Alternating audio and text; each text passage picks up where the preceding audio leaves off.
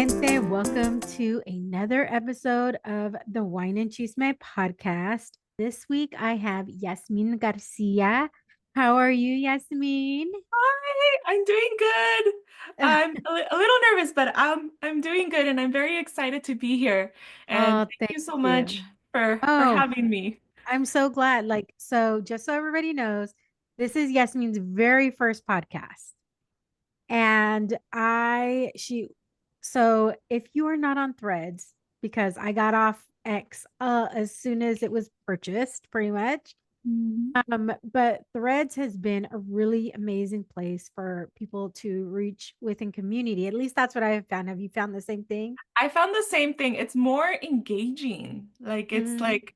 I feel like Instagram kind of like gatekeeps you. Like, okay, if you want more, you need to pay. And I'm like, no, I don't I don't have money to be paying.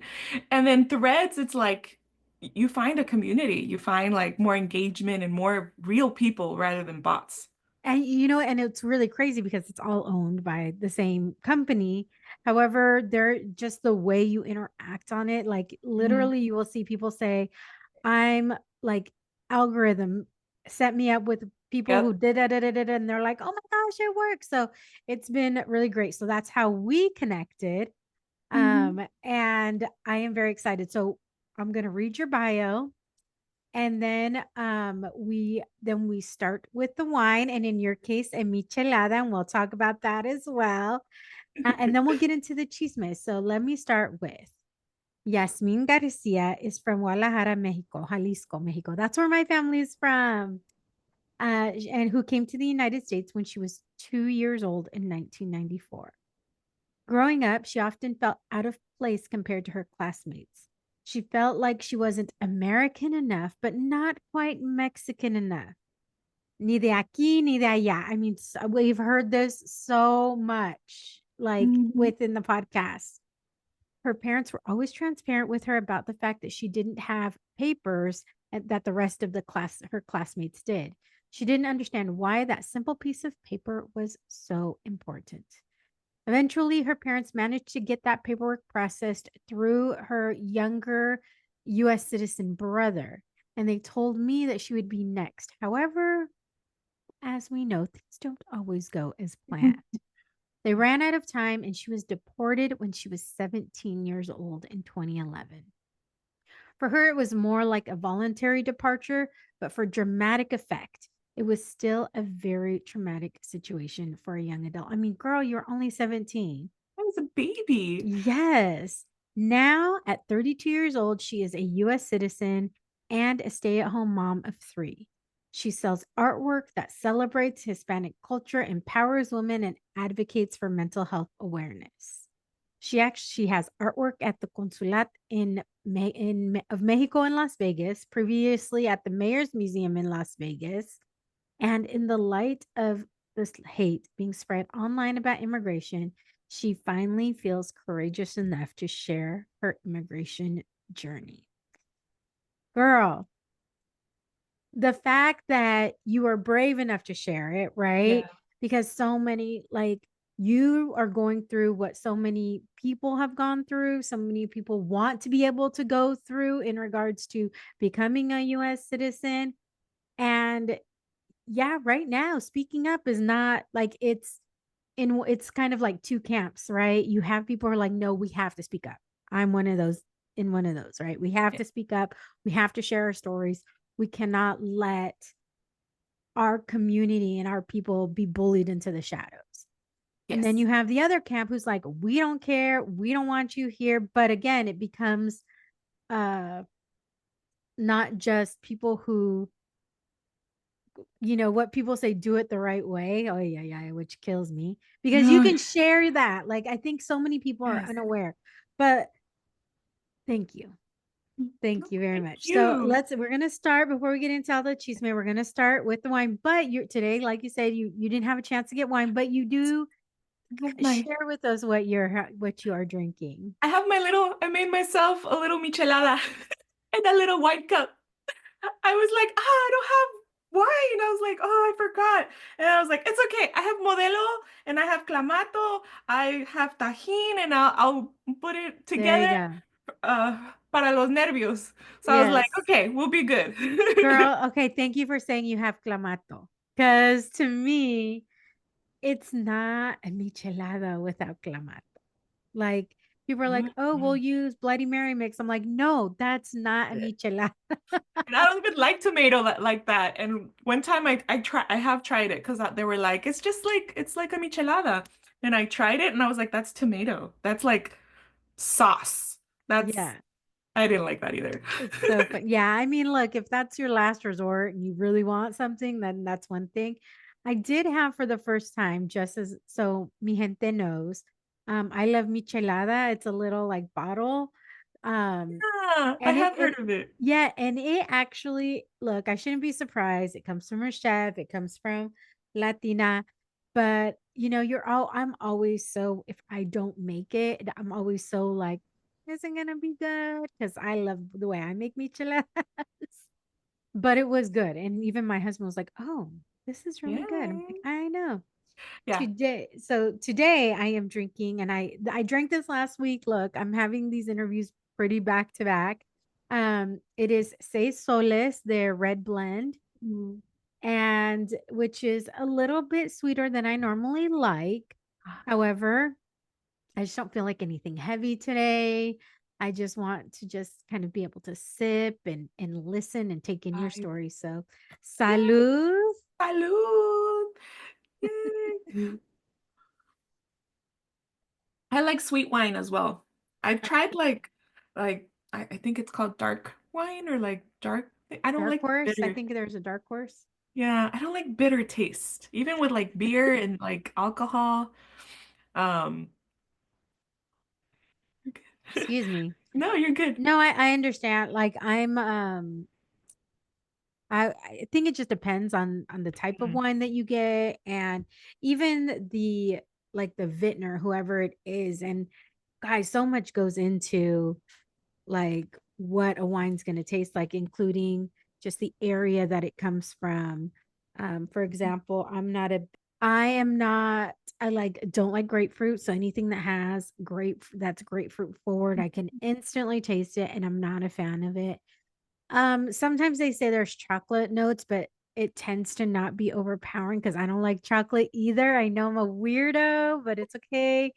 But Okay. it tends to end up being like the other flavors that stand out to me. There's only been one instance where it was really chocolate forward, which I was surprised, and I was like not a fan of it. Oh, But everybody has their own preferences, and that's okay. Always have to reiterate, like, the best wine is the wine that you like, because you have a lot of um wine influencers who are like, don't drink this, it's trash. I'm like, you know what, I'm not going to tell you it's trash or not. It may not be my cup of wine, hmm. but if it's yours, that's totally okay. Yeah. You're making me want to go. I've never gone and I really want to go to the wines, like where you get to like try different wines and walk Oh, girl, there are so and many here. Whether you come to Southern California, or whether you go to Napa Sonoma, or whether you go to Paso Roble, like there's so many places. And if you go, let me know, and I'll send you the directory to for the Latino owned wine brands based in the oh, U.S. yes, please. Yeah, That would be I'll send awesome. that over to That you. sounds like a good trip. Um, Yes. I've always told my husband, I'm like, we should do a little trip and stuff. And so we've been working on something hopefully this coming year. We're thinking of going to we're still deciding, maybe Cancun or Rosarito. But just like the two of us. And I Yeah. know there's like a wine and around Rosarito. I'm thinking, Yeah, you're thinking Valle de Guadalupe. there we go. Yeah. Yeah. So Yes. hopefully. Well, girl, literally you pass right by well, no, not for, well, maybe for you, you would. If you fly down there, obviously that's different. But I'm so excited to hear your story because, like I said, you have gone through a lot, especially right now in the times that we are living in, is so important because I think oftentimes people don't understand what the true, well, like what the immigration journey is, the expense of it, what happens, especially when when you move here so young. and you didn't when you don't have a choice if you move here or not and what happens. We've heard that a few, we've heard on the podcast from a few people who have been through that, but like this is truly your journey. So let's just start from the beginning, right? From You the are beginning. from Guadalajara, Jalisco, Mexico, and your parents decide, you know what, we're going to the US. We're coming. You do when you I'm sure you've asked them, like, why did you decide to come? How come you didn't stay in Mexico? What were the answers that your parents gave you when you were asking those questions? So if it felt, I've asked them multiple times, and every time they give me a different answer. I was like, give me one answer. Of Um, course. but what I believe that happened is that so my father has two younger brothers. They came first. So he was like, they were, I believe it was like talking to each other, and they're like, you should come, blah, blah, blah. And my dad's like, you know what? I'm gonna go. But around that time, he just got married. I was just born. And so my father actually came first. And his first year was tough because everything happened. I think that was around the time that correct me if I'm wrong. I think he came to Los Angeles, and there was the The earthquake, riot. Oh, okay, okay. the riot and the earthquake Yeah. both hits, Because I and he's remember like, being, I think, like a sophomore in high school during that time when all yeah, that was happening. yeah, and he's like, do I really want to stay? Like, I should just go back. This is Mm. horrible. Like, that was a big, and he was young too. I would believe he was like 25, 26. He was young, and but then my mother was like, hey, if you go, you better take me, or this is over. Like she laid the law, because I back in the day, like a lot of men would come and they would send money, and she's like, no, Mhm. no, no, I'm not gonna be that. I don't want to be that. I want to be with you. And my dad's like, okay, come, let's go. So then that's when they brought us over. So Mhm. how many, so it was your parents, how many other siblings came with you? So it was just me. Oh, okay. I was the only one. And You then 5 years later, my brother was born. So he was, so obviously he was born a US Yeah. citizen. Now, growing up, like you said, you're in your bio, your parents always, it seemed like they're very open with you in regards, Yes. because a lot of times what I have heard is there was there was never a discussion Ah, until they wanted to do sports or wanted to participate in college. things or yeah, go to college, and Ah, that's when they found out they didn't have papers. I So think how was it, like, what did your parents, how did they start that conversation with you? When was the first time you remember saying, oh, I'm different than everybody else? Like, how was that? I feel like it was really them trying to like I believe the word's called like keep their preserve their roots with Mhm. me. They were always very open with like, you're from Mexico, you're from Guadalajara, talk to your grandma, practice your Spanish. Like they were since I was in kindergarten, I believe, they were always very like, you're Mexican. You have we come from a different country, but we belong. Like, I don't know, they were just very open with me, and very like with my brother also, like, you're Mexican American, okay, but we're not born in Mexico like your sister, but you are still Mexican. Like, that's never going to go away. And I feel like that was very important, because I know some people that they didn't know until they were trying to apply to college. Mhm. And I was like, wow, like that's a big secret. That's something very important to communicate to your child, to be like, hey, like we're gonna work on it, we're gonna do this and that, but like having I'm thankful for that they were open with me. Did that make you less fearful that they would talk to you about it, or do you feel like it made you always like look like kind of always looking over your shoulder? Yeah, a little bit of both. Like I'm of course, I'm the eldest daughter. So I've always I was brought here when I was 2, so I I speak a little bit more English than Spanish. Like, sí puedo hablar español, pero like unas palabras se me traban. Pero I feel like I always I was taught to take charge and lead, and my mom would be like, this is I still remember one time where I was getting picked up from school and we saw a white van, and we were in elementary school, and my mom's like, hold on, come back, come back. And we started walking back to the school. And I was like, what's wrong, mom? Like, ¿qué está pasando? And they're like, no, no, no. Like, it might be la migra. Because back then it was like any van could be it. So Yeah. my mom was always very aware, and she's like, oh my God, okay, hold on.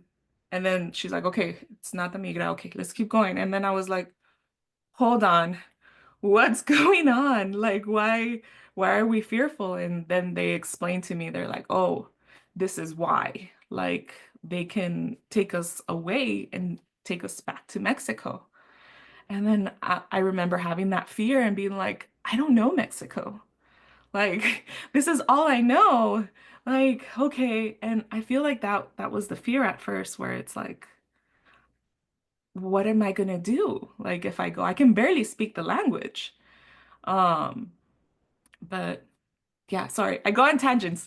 No, no, no, girl, we always go on tangents here, so don't feel bad about that. How was your parents? I mean, this obviously should not matter.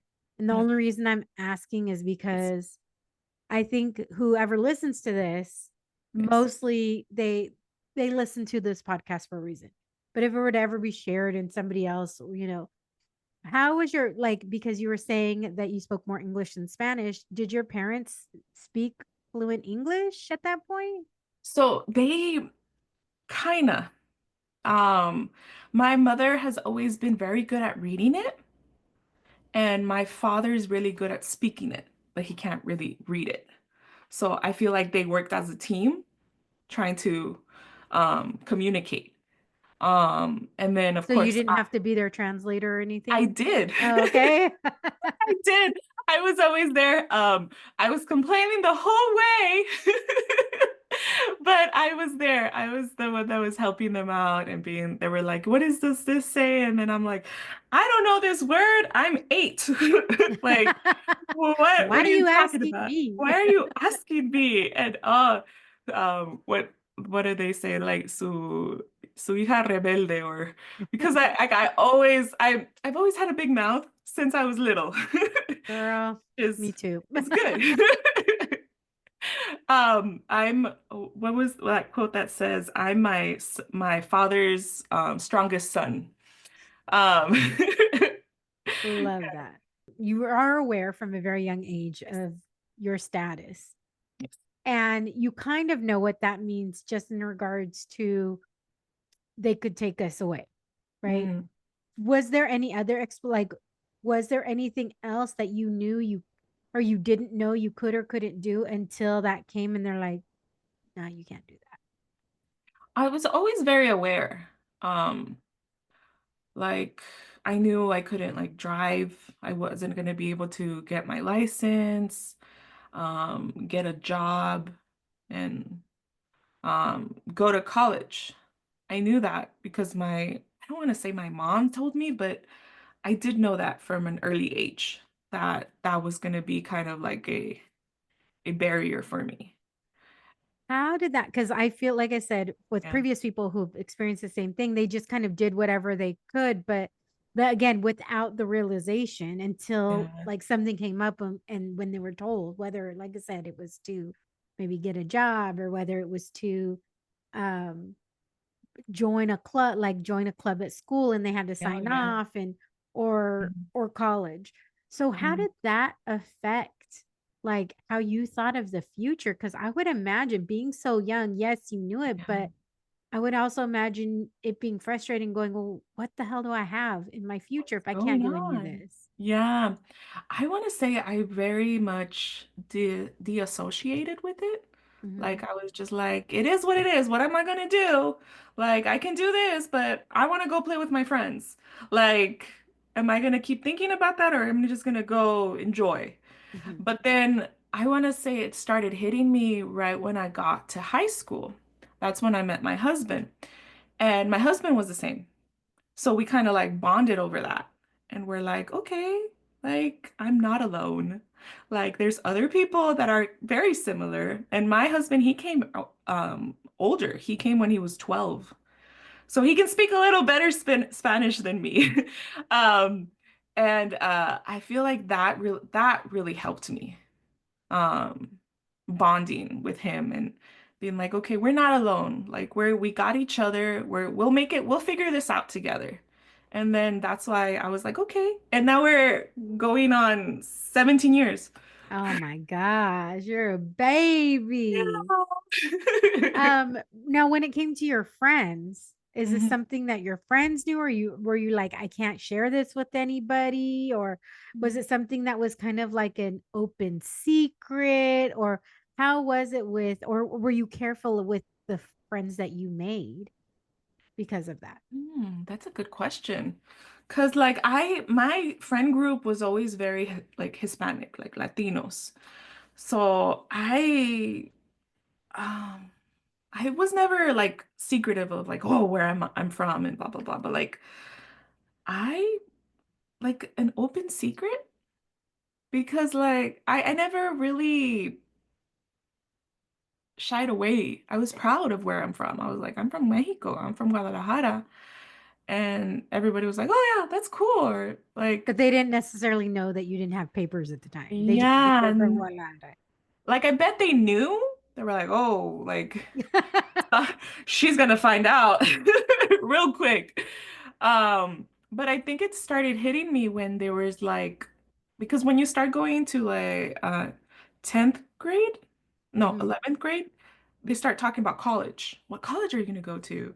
What career path are you gonna take? And you go to like college fairs and stuff like that. And I was always like, oh, this is useless. Can I go somewhere else or can I do something else? And they were like, don't you want to go to college? And I never really openly told teachers until like I was in 12th grade, when everything unfolded. But I was like, no, I'm not going. I'm not going. Like I was just like, I'll find something. Like, And they're probably like, "No, what are you talking about? No, you're gonna yeah, hear that. No, you need to go." I need And to you're go. inside, you're like, "I well, I can't. I want to, but there's not." That's so. How old was your brother was already obviously born in the U.S. So he Mhm. how long did it take for your parents to get their citizen? Like, was there a reason why they didn't petition all three of you to get Yes. citizenship at the same time? There was a reason. So my younger suffered from like kind of like a speech delay. Hmm. So they I don't know the correct terms, but they kind of fought their petition from my brother would be like, if you deport us, you're going to be deporting the United States citizen. And he has therapy. He has all these classes and resources. I want to say my brother was like 6 or 7. And he's doing fine now. He doesn't even remember this. He was like, Oh, I I had went to a speech therapy. speech. You wouldn't even know now. He's like, I had a speech delay? What? He didn't even realize it until like later we tell him we're really like, okay, that's interesting. And so they put the process through him and we found a good lawyer after I remember it was the second time they tried trying to get their residency because the first time they got robbed. The lawyer there, the immigration lawyer was like, I can do this, we can do this, da da da da. And I don't know exactly how much they gave, but he didn't deliver. He Just by. just bite. And so then they delayed it a little bit and then they tried again and the lawyer was good. He's like, this is your options. This is what we can do.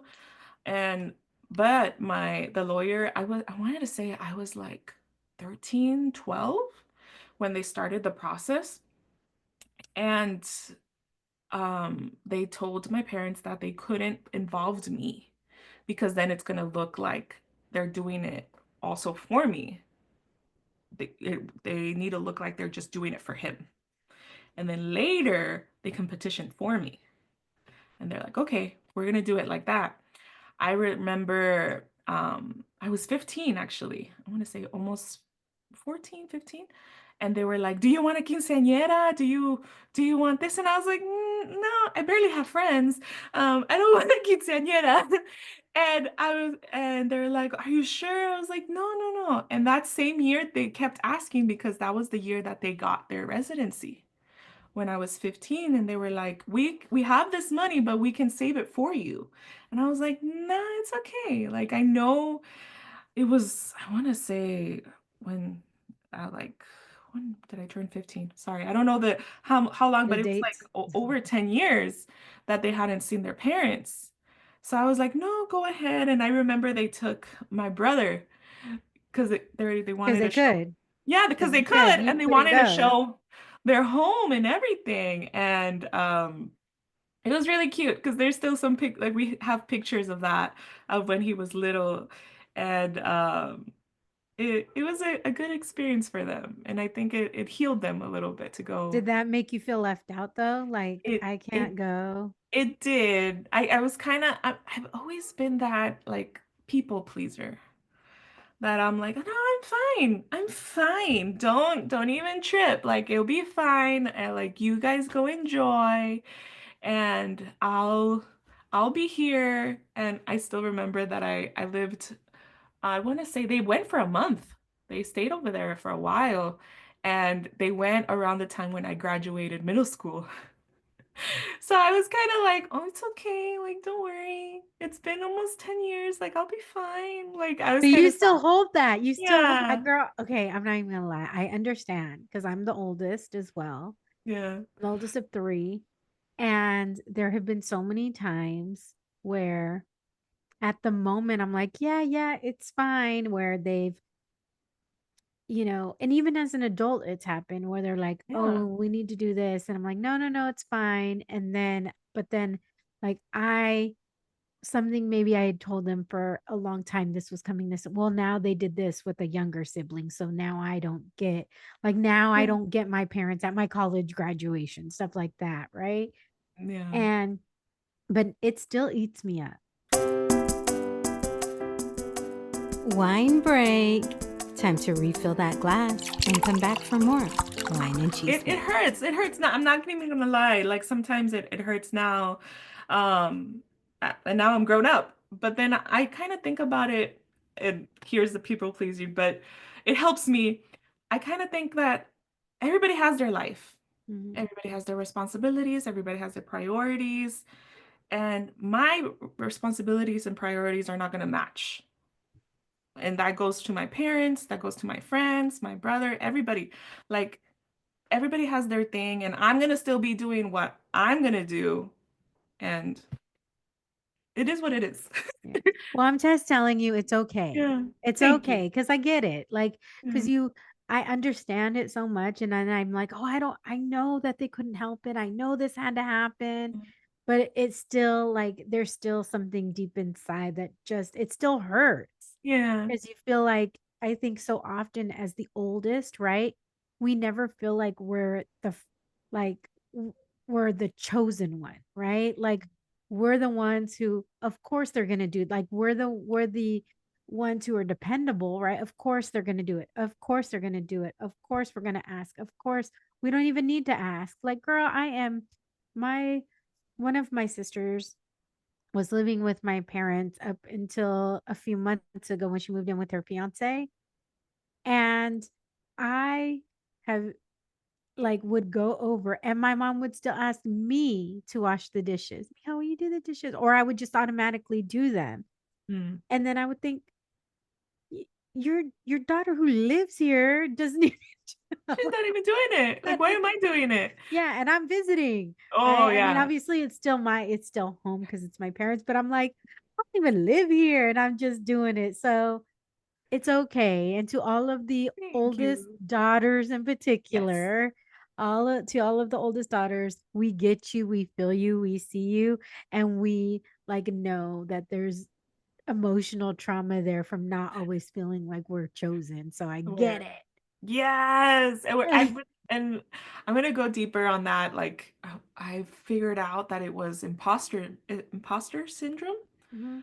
that I had when I came back from Mexico. I was Really? like, Well, I want to talk about like before we get into like leaving, right? Because then here you are, yes, 17 years old. Had you graduated high school yet, or were you a yes. senior? You had already I graduated high oh school. no, I was a senior. Okay, so you're a senior in high school. Yes. So is that so what was the circumstances around you having to leave or self-deport? Like what happened that led to that? So I was so they right when they went to Mexico, they petitioned me. And that takes forevers. But I Yeah. was coming to the age of 18. And once I hit 18, that's it. Like I'm an adult. My parents can't petition for me. So we found out, I want to say in 2010 in the summer. I still remember because like it was a shock. I was like, what? They're like, yeah, we're gonna try to see if we can pay the fee. Because there was like fees that you can pay, like something like that. And they were trying to pay for it. But they're like, if we can't pay the fee, I remember the lawyer telling me straight, she's like, you have this option. Okay. There's this option that you can go and have a better future, like have a better future of it, like have that option, or you can stay. Like we can't force you to go.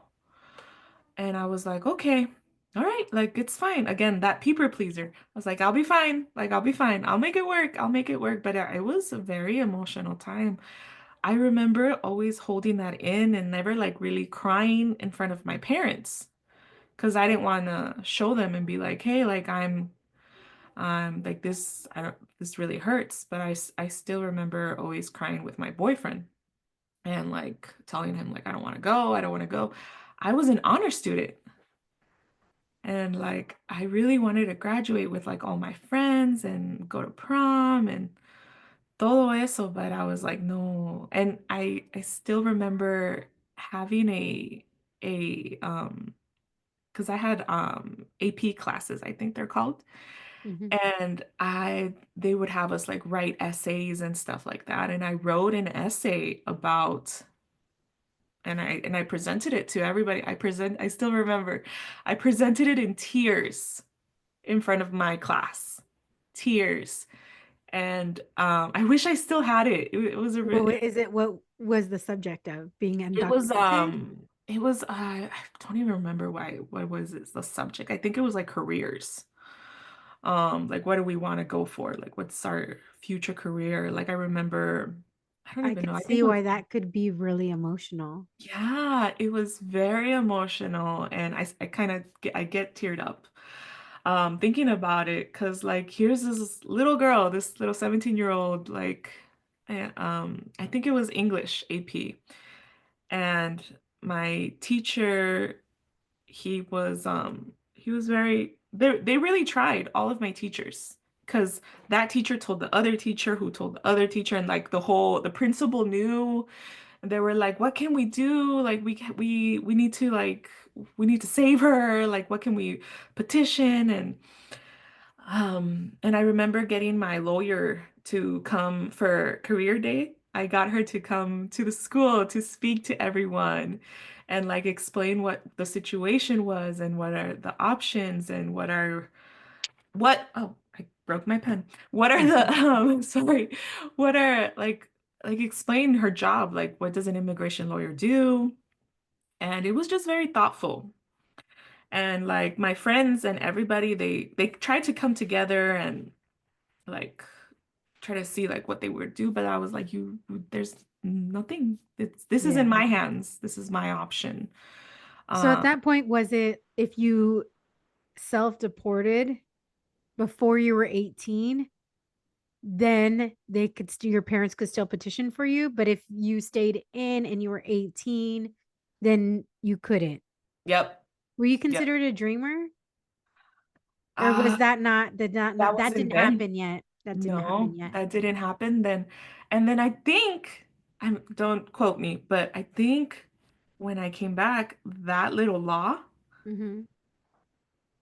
they threw that away. They were like, why are we forcing these kids to go?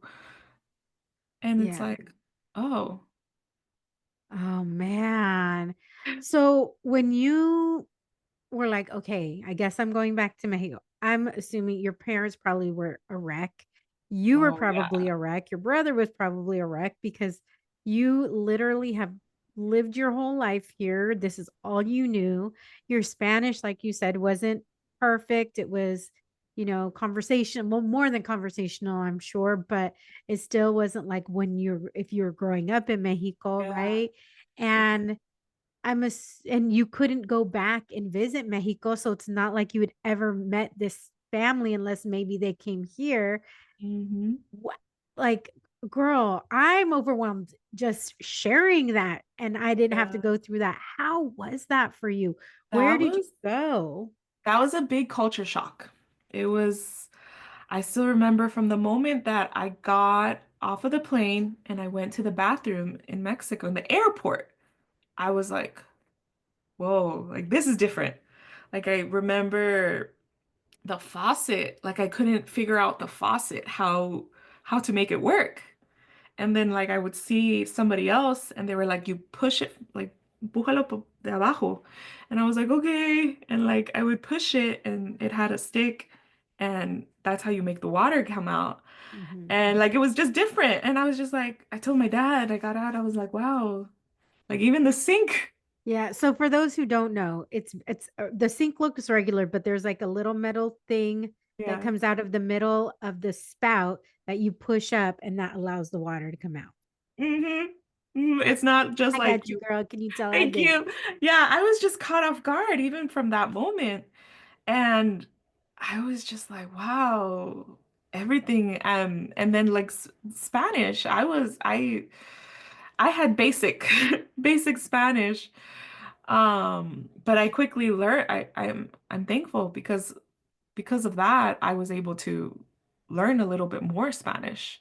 Because I still remember my grandma used to take care of little kids, and the little kids would make fun of me. They're like, hablas bien raro. ¿Por qué hablas así? And I would be like, what? Like, why are you making fun of me? You're 8. Like, stop. Like, I couldn't roll my R's. They would always say rock, say piedra, piedra. And I was like, no, you're gonna make fun of me. That Mhm. is so funny. You know what's so funny? Just a little tangent here, right? I Yeah. said I went to speech therapy because I couldn't say my R's. I would say my R's as W's. But Yeah. going to speech therapy, I overcompensated. So I can't, like, if I say three through, like, I automatically roll my R's now. So it's so funny that you're saying that, like, you couldn't roll your R's, and I can't stop rolling my R's now. Yeah, it comes for me. It comes out sometimes. Like I'm telling my daughter, my eldest, I was like, because she speaks a little bit more Spanish, and like I'm like, roll your R's, and she's like, I can't. I was like, practice. I can't either, but we're gonna try together. Okay, we're gonna do this together. So leaving, how did that affect your relationship? Because you said you've been in this relationship since high school. How Oh did that yeah, affect your relationship? that was all my honey boo. I mean, plus you're He still a baby, right? Yeah, So I was still a baby. And I told him, it was really cute because I told him before I left, I was like, we can break this off. We can have a clean, because they told me it was going to take 1 year to 5 years for this process to get talk settled. about like uncertainty. Uncertain at all. And I was like, okay. And I told my then boyfriend, I was like, we can have a clean break. When I come back, we can see where things go. And he's like, no, I'm here for you. Like, I'm a ride or die. And I was like, are you sure? He's like, yeah, we'll call, we'll text, we'll still be here. So we did the long distance. And I still remember his friends still tell me now. They're like, "Oh, he was so depressed. He was so depressed." We would call him because he was a little older. So we would call him and we'd be like, come out. Like, it's fine, she's gone, but like you can still have fun." And They're he like, was you like, can have fun now. "You can come fun, come." And I was like, "Bad influence, horrible."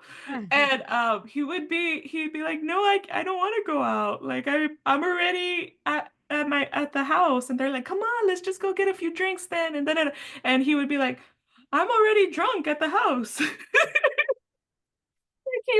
He was so sad, and he would be Oh, really cute. And we did Zoom a lot and we texted, and he was really my rock, I want to say. oh, that's Because so sweet. That's yeah, so. he's So a now that really. you're there, right? You're starting a life. Who were you living with when you were there? So I lived with my paternal grandmother, mi abuelita. Uh-huh. I lived with them, and because that's where in Mexico there's like the houses, and then on top of the house there's another house. So the house on top was mine. So that I was like, okay. So we all lived there together, and it was very nice. I really I remember when we left. That's where we lived with my paternal grandparents, and we left, and I was two, and I came back, and I'm a teenager. Like, Right? You're I practically an adult at that point. yeah. And When I'm sorry, go ahead. I didn't mean so to. sorry. And it was just I was my not my grandfather's first grandchild, but I was the first one that lived with him and really bonded with him when I was a child.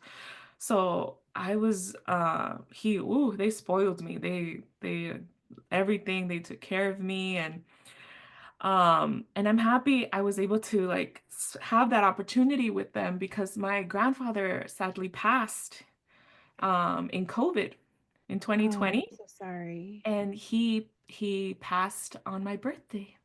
Oh my gosh. Yeah. How bittersweet. Oh, How it was bittersweet. so it still is, and it was he but he's the one kind of like that inspired this journey. This piece that I have, I call it That is Gallo. beautiful. Thank you. It's called the El Gallo Colín. And it was because in 2020, like we couldn't go to his funeral, and on that same day that he passed, his rooster passed with him. He took his rooster. Are you serious? Yeah. Oh my gosh. So I made this for him. And for and when you live here in the United States, it's hard because your elders passed, your family Right. passed in Mexico, and I kind of wanted to like put that out there and kind of Oh no, totally, totally. How long? So when you're in Mexico and you're going through this, now like you said, it's probably you have amazing memories because you got to bond with your grandparents and you got to like really learn your culture in a way that you don't learn here. Because even if you are like everybody speaks like there's just something about being immersed in your culture 24/7 very, versus having to split, like you said, right? And they even say in Salina, and how many of us feel like we're not American enough and we're not Mexican enough, and my Spanish is not great, and but like all of these mixture of things. barriers, yeah. But we're all still very connected, but so many of us are still very connected to our culture. Like we're still um like we still are very proud of where we come from.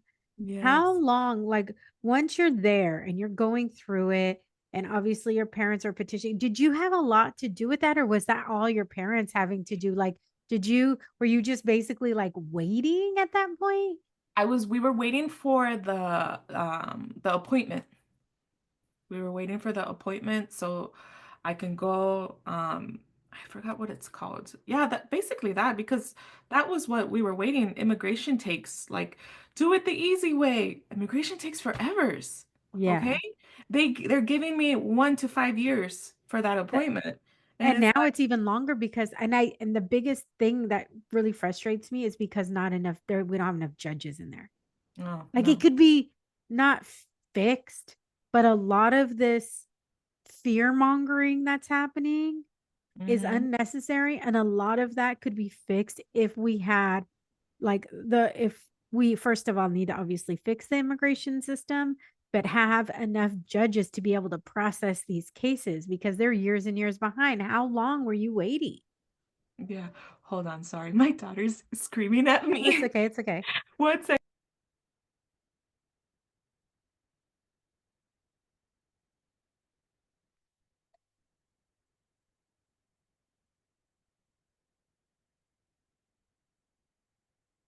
Wait,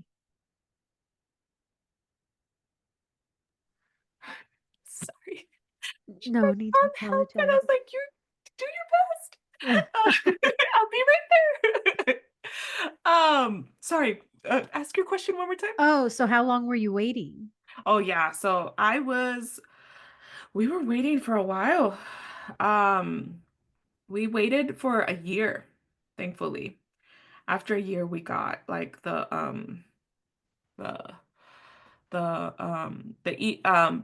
my parents got the mail, and they'd be like, your set appointment is this day, and it was in Ciudad Juarez where we had our appointment. So like my dad flew to Guadalajara, and then he took me and we went. Luckily we have family in Juarez, so we have family everywhere. We had family in Juarez, so we called up our family, and they were like, yeah, we got you. You stay here as long as you need. And they drove us to the appointment. They took us. They And then um after the appointment, how long did you have to wait to hear something back? oh, I got it that moment. Oh my I gosh. Yeah. Girl, I feel like you're such a rarity in It's regards been to it's been a roller coaster, really, and but it's very like how I tell my husband, it's been a roller coaster, but everything like finds its way. Even like if it goes completely left, like I've always learned how to pivot and be like, right. okay, Do well, you happen to know how much your parents spent on not only their cases, but your case? a lot. I don't even know the number, to be honest. But I know it was a couple thousands. Oh yeah, for sure in the thousands, for sure In the several thousand thousands, dollars. for sure. Like I And then want to. especially then the first time they got ripped off. So I can't Hmm. what was your first instinct or your first reaction when they're like, "All right, you like was that just to get like your green card? That obviously wasn't for US citizenship. That was just Green card. for your green card, right? Yeah. For residence, for permanent resident status." And then what was like then after that, how long do you have to wait? How long did you wait before you could apply to be a citizen? And there's like so much more costs with that that I'm sure you had to Yeah. incur at that point. It was like I had to wait. So I was like 18, 19. Turning I barely was 19 when I came back. And I it's the 5 years you have to wait. Mhm. Um so you can apply. And And within those 5 years, you can't commit any crimes. You can't like they even hold traffic tickets against you, right? really, yeah, I'm not aware I'm not completely. sure. That's what I had heard. So I don't want to Yeah, like I tell you. know that if you do like crimes and stuff like that, they can like it's revocable. Yeah. But I was even scared. I was scared of flying. I was scared of I was like, okay, voy a estar aquí. I'm just gonna do me. And right when I came back, I was like, I feel like that's where the imposter syndrome came. Because I was like, okay, now I have this paper. Now I'm gonna do everything that I can. I got in that 6 months period, I graduated high school with my honors. Because you had to wait. Because you Uh-huh. didn't go back to school and you're in Mexico. You No, I waited. couldn't because I couldn't read. I couldn't Oh my speak. God. That we don't even think of that out of stuff. Yeah, Like you don't even think about that. Like, especially you grew up here, you grew up reading and yeah. writing in English, all your education's in English. I, I So, I oh could my barely read. gosh. My parents told me that. They're like, you can go to school over there, but then I'm like, but I want my honors. Like, I want this? Like, I know I can do that, but I can barely read. Like, I remember when I was in Mexico, I have a, of course, a big family over there, and my prima took me to one of her classes, and the classes over there are very different. She was in high school, and I believe the teachers move, like the class is one class, and the teachers rotate, not like here. Oh, or the kids rotate and the Yeah, teachers have their the class. teachers rotate. So I remember going to school and I was like, what's going on? And like, wow, like this is so different. And then like it was just very open, everything. And like some kids were outside, some kids were inside. And I remember the teacher asking me questions and I'd be like, oh, I don't I don't know. Like, I'm sorry, like I don't know. And that's when I was like, oh yeah, no, I can't do this. So 5 years goes by, you start applying for your citizenship. That even takes a while, right? After like applying and fees and getting hmm your appointment. And like, how long did that take after you applied to go through all of those things? Oh, I don't even remember exactly because by that time I already had my daughter. I was already a mother. I was 24, 25. I think 25 and um I remember studying for the test and like having the flashcards and my husband studying with me and I it, it took me I want to say a year or so. Like the process I felt was a little quicker Well, I because would I imagine because you have your all your immediate family, and then you get married, and you're why this time? Because your husband was undocumented at some point, wasn't he? yeah So what was like he didn't have to leave and come back. He was able to do everything here in state. for So me by the time you got married, you were you was he a citizen yet when you guys got married? no so when I came back I believe like a few years passed and we actually married when I was 21. So when we So you married, were still gone. Wow. yeah. So we came back, sorry, I came back when I was like 19. 19, and then you got 19. married at 21. Sorry, I'm getting the timeline No, no, no, you're good. I was like, hold warbled. on, I'm confused. The timeline confuses me too. So no, I came back like around 19. Yeah, because Oh, it was a full year. I remember I left March 11th. I remember that date because everything happened. Japan had an earthquake. And I was like, oh, this is a sign. Like, oh my God. So I left March 11th, in 2010, 2011, I believe. And then I came back January. Yeah, the wow. following That's year. so like honestly, that whole story. So now you're a citizen. Now your husband's a citizen. Yes. Now you're like you're how does that like when all of that finally happened, right? Because even after you became a citizen, you still have the next step for your husband and going through all of that. And The like it's like process it with feels him. like your whole life has been hurry up and wait, hurry up Yes. and wait. But Yes. now, like the day your daughter's already a citizen because she's born here, you're finally a citizen. Now you get your head when that finally happened, when that final piece of the puzzle was Yeah. completed with your husband getting his citizenship, what was that feeling like? It was like just the, like, okay. Now what? Like, now what do we do? Like, Like we've been fighting our whole lives and now we don't have ah, to fight for this. And then, well, actually, let's just say this. Like I can imagine you're fighting this yeah, whole time. This finally feels like you can breathe. Then 2016 happens. yes. Then That was 2020 happens. the year Now my daughter was born, actually. in 2016, Yeah, girl, and now 2024 and yeah, everything that's going on right now. And I know in here you were really saying how um you want to continue speaking your mind and advocate Yes. for women, for injustice, for All of it. immigrants, for all of these things. And your, your story, what I can, let me just give the both sides type of thing, right? I could see some people saying, well, she did it the right way. Well, she was already here. Like, you know what I That's mean? And wild. again, it's the whole thing Yeah. of you don't know somebody's story, you don't know somebody's path. We're doing our best to share these experiences and everything. But ultimately, your parents came here because they wanted a better life for you Hmm. initially, and then your brother, Hmm. right?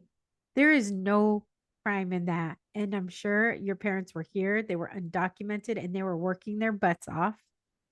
What did your parents do for work, by the way? My dad's a construction worker, and my mom worked at a fast food restaurant. And doing everything they can Yeah. to support their family, Yeah. paying taxes and not getting anything back, Anything back. No, right? big, big time. And it's I talked to my husband about it, and it's like all this, how you said, hate, all this hate that the immigration is getting, it hurts because like if these certain things didn't happen in my life, we would be like the same. Like we would be like never going to be like I am more because I have this. No. Right. I'm never like never. I know where I came from. I know what it feels like. That fear that I remember I just saw on TikTok the La Presidenta de Mexico was receiving all the deported people and With welcoming. mariachis, like a Oh, party. It was like a welcome home party. oh my God. If I just put myself in their place, if that was me, oh, like, because I remember going to Mexico and being like, what am I gonna do? What am I doing? Sorry. What am I doing with my life? Like, what? Like, it's so psychological. Like, it was, and even now that I've been blessed with all these things, it's like I'm finally giving myself time to heal and be like, that happened when you were a baby, but it's okay. Like, we're gonna heal, we're gonna come together, and now you can use your voice. And all these things happened for a reason. And I sorry, I lost my train of thought, It's okay. There's a but when a lot happens, it can be easy to lose when there's to so train many of thought. things. But it's one of those. It's like we we're not more, we're not less. It's like this all this hate is just it's crazy to me. It's completely crazy, and it's very ignorant because the easy way, there's no easy way. It's financially draining, emotionally draining, like physically, like todo. Like it's not something that we can be like, okay, we're gonna go there and clap our hands and everything's gonna be resolved. Yeah. Oh, No, I just, that's crazy to me when I hear people, so just whatever. it's Um, I know you have your girls and I want to respect your time, but if there's oh no, you're anything, fine. last things that you want to share that we haven't talked about or anything, please take a moment to share No, any final thoughts. thank you. Yes, I remember being scared, and it's okay. Like this is I am, and I want to be that big sister to like the younger generation that it's you're scared. You're like, ¿qué voy a hacer en Mexico? Like what am I gonna do? And it's okay to be scared. It's okay. But I just want to send a message and say Mexico is love. Mexico, oh, that year, those first 6 months, I was so depressed and I was so scared and I was like, what am I doing? What am I gonna do? But once I started like opening myself up, because everybody, the whole community opened their arms for me, my primas, my tias. And when I opened and and I was open to it. Oh, Mexico's love. I Mexico's community. I am more scared of riding the bus here in the United States than riding the bus in Mexico because I knew if I would get lost, and I've got lost a couple times because I was like, I'm gonna be independent and I would take the bus by myself and I would get lost. But I knew if I would ask anybody, they would help me. And they'll be like, mija, don't worry, te llevas aquí, te va a dejar aquí, y acá también puedes tomar un taxi, like we got you. Like everybody was very open, very loved, and the neighbors over there, like I don't know my neighbors, like the neighbors over there, if someone passed away, the whole vecindad would go and be like, aquí está tu comida, like mi sentido pésame, and it it is love over there. You will find a community, you will find your place, and you belong here, but you also belong over there. Like you, I don't know how to say it. Like we we belong like anywhere that we set root. Like I decided and It's I okay talked to belong here and belong there, I and think. belong there. We belong Yeah. and we are enough. And even if we have this and that, and like we are enough of who we are. And I have a little quote that I saw online and I was just like, it's I like that. I saw this online from Armando Vélez. Our fight to stay in this country isn't just about work. We are more than our labor. We are families. We are communities, culture, history. We belong not just because we contribute to the economy, but because we are human. The conversation around immigration needs to shift. Our worth isn't measured by how much we produce, but by who we are. I think that's a beautiful way to close this interview. Yes. Yes, like, Yasmin, thank you so, so much for sharing your story. I hope somebody hears it and, knows that and actually, I can't say knows because right now we're just in such a difficult time and such a just, but, we want all of the best for you. We want all of the best for our comunidad that we, um, will continue to speak. And thank you for sharing your story. And we will continue to make sure that we are not put in the shadows, that we are not vilified mm, for like that. I think for me, that one thing that's very frustrating is one person does something from our community and it's everybody, right?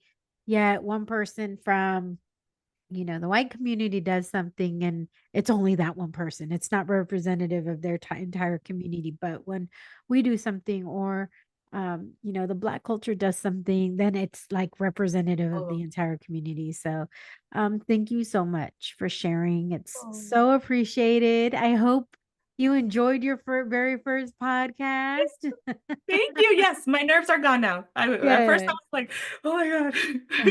But now I'm good. Thank you so much for having me. I appreciate this and I'm gonna use my voice and I'm going to be in a couple different more podcasts sharing my story and just sharing the process y todo. Because it's not just do it the right way and Yes. And if people want to connect with you, how can they do that? I have I on my socials under Sagrario Arte Studio. I sell prints that are celebrate Hispanic culture, empower women empowerment, and promotes advocate for mental health. And we'll make sure to put all of the links in the show notes. So until next time, mi gente.